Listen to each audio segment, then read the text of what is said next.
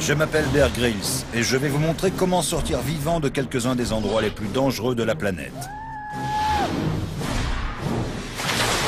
Je dois relever de nombreux défis dans un environnement où l'espérance de vie ne dépasse pas quelques heures si l'on n'a pas les bonnes techniques de survie.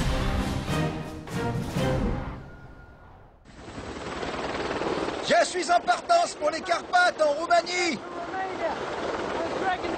l'une des régions les plus sauvages d'Europe. Mais ça ne va pas être facile d'y accéder. Le ciel se couvre et on n'a qu'un petit créneau météo.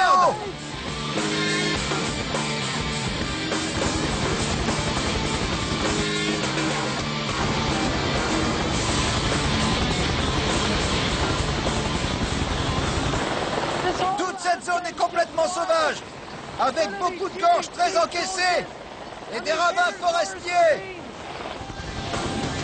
Les forêts de Transylvanie sont l'une des plus anciennes régions sauvages encore intactes d'Europe. C'est là qu'est née la légende du comte Dracula. Et pour couronner le tout, toute la zone grouille d'ours. Quand on est coincé en altitude, il faut chercher à descendre plus vite. Et si on trouve un cours d'eau, les chances de survie augmentent très nettement. Plus de la moitié des installations humaines sont situées sur les côtes et les bords de rivières. Quand on n'a pas de boussole, il y a un moyen de s'orienter.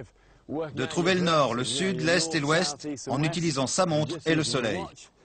Il suffit de pointer la grande aiguille, quand on est dans l'hémisphère nord, en direction du soleil. À mi-chemin entre ça et midi se trouve le sud. Donc le sud est là, et moi, je veux aller à l'est par là. La plupart des cours d'eau roumains se jettent dans le delta du Danube, à environ 650 km d'ici. C'est en allant vers l'est qu'on a le plus de chances de trouver des habitations.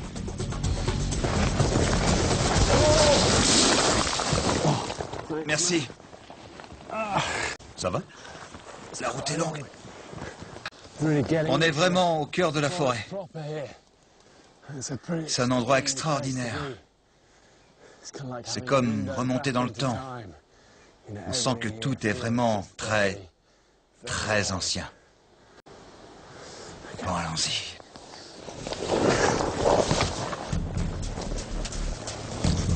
La forêt des montagnes des Carpates abrite de nombreux animaux sauvages, notamment des loups et des lynx. Mais ceux qui m'inquiètent le plus, ce sont les ours. Ceci montre clairement qu'il y a des ours dans les parages. C'est le genre de caca qu'ils font. On y voit très bien ce qu'ils mangent. Il y a des restes de fruits, de pommes. Ils ont une digestion très rapide. Les aliments restent quasiment intacts. Si vraiment on se retrouve sans rien à manger, dans un cas extrême, on peut manger ça.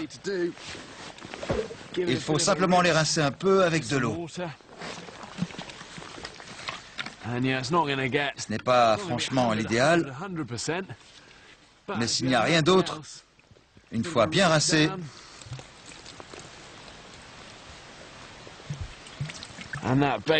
ça peut être mangeable.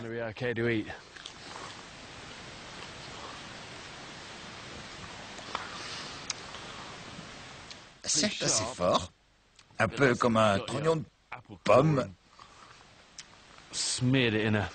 à la crotte de chien. Mais ça peut vous sauver la vie.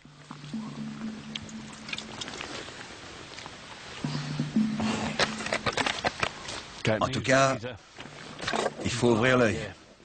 Il y a forcément des ours dans le coin. On compte 6000 ours en Roumanie, la plus grande population d'Europe.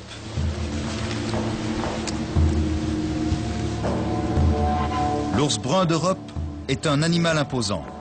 Il peut peser jusqu'à 180 kg et est capable de charger à 60 km/h. Ici, on voit très nettement une piste utilisée par les ours pour descendre, s'abreuver à la rivière. Un ours brun a récemment fait un carnage dans cette forêt, blessant gravement 6 personnes et en tuant une 7e. L'animal les a attaqués et lacérés alors qu'elle ramassait des champignons. Il a même attaqué l'ambulance dépêchée sur place. Dans une zone peuplée d'ours, quand vous mangez, laissez le moins de traces possible. Ramassez vos déchets ou mangez à bonne distance de votre campement.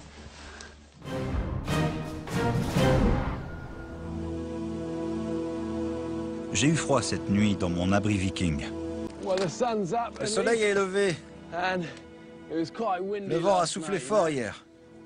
J'ai passé une bonne partie de la nuit à essayer de garder mon feu allumé et j'ai utilisé plus de bois que prévu. Quand on est coincé en altitude, il faut chercher à descendre plus vite.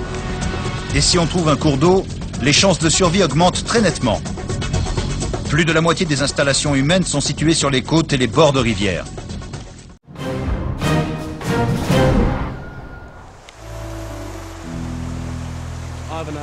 Je suis arrivé au point où je ne peux plus suivre la direction que je m'étais fixée. Il y a une grosse rivière devant moi, entourée par de hautes falaises.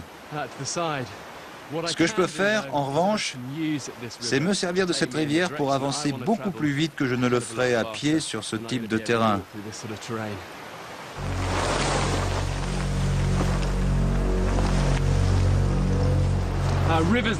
Les rivières comme celle-ci peuvent être très dangereuses. Et en général, il vaut mieux éviter de vous y aventurer seul, à moins d'être dans une situation d'urgence. Mais il y a de bonnes chances pour que cette rivière me mène vers la civilisation. Je vais me servir de mon sac à dos et du sac en plastique que j'ai trouvé comme un flotteur. Normalement, ça devrait me maintenir à la surface. Et je vais donc descendre les rapides avec ce sac en guise de radeau. Elle est froide! Dans les Rocheuses, toute l'eau provient de la fonte des neiges. Et cette rivière est donc alimentée par les glaciers. Sa température avoisine les 4 degrés. L'hypothermie est la première des menaces dans ces montagnes. Cette année, les corps de 2 personnes ont été extraits de la même rivière dans cette région. Seules, elles ont été victimes d'hypothermie et se sont noyées. L'eau conduit la chaleur environ 25 fois plus vite que l'air, donc il perd sa chaleur très vite. La technique consiste à utiliser mon sac à dos comme un flotteur, de le serrer dans mes bras et d'avancer les pieds en avant. Comme ça, je peux m'en servir pour éviter les obstacles, comme les rochers. Il vaut mieux avancer les pieds en avant que la tête la première.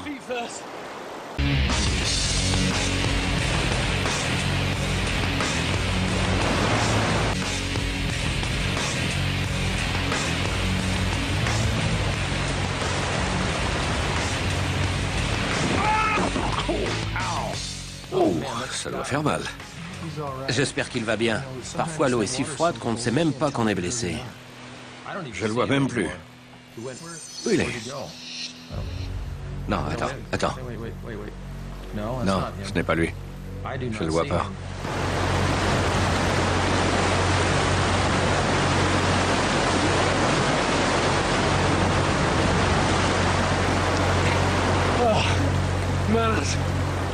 J'ai été entraîné sous l'eau.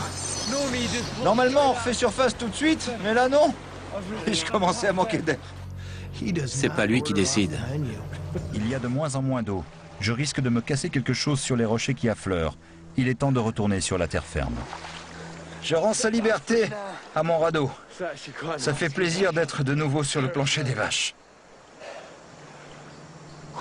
Pendant cette expédition, j'ai dû lutter pas à pas contre les forces de la nature. Mais pour survivre, l'essentiel est de ne jamais abandonner, même quand vos projets échouent. Et chaque jour gagné vous rapproche de chez vous.